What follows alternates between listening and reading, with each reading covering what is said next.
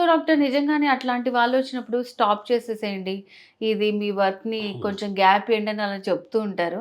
So నిజంగా gap ఇస్తే సరిపోతుందా? కంప్లీట్‌గా కంట్రోల్ చేయాల్సుంటుందా? ఎందుకంటే చాలా ప్యాషన్ తోటి వర్క్ చేస్తుంటారు వాళ్ళు.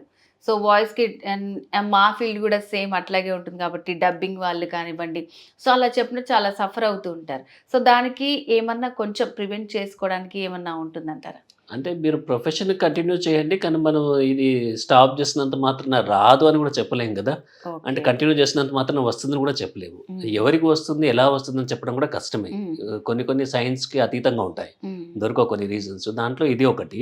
అంటే వీళ్ళు హై రిస్క్ అంటాము బేసికల్‌గా. ఓకే. ఎవరైతే వాయిస్‌ని ఎక్కువ యూజ్ చేస్తారో వాళ్ళు హై రిస్క్‌లో ఉంటారు. హుహు. సో వాళ్ళకేం చెప్తాం మనము అంటే గనక మీరు లైఫ్ స్టైల్ మోడిఫికేషన్ చేసుకోండి.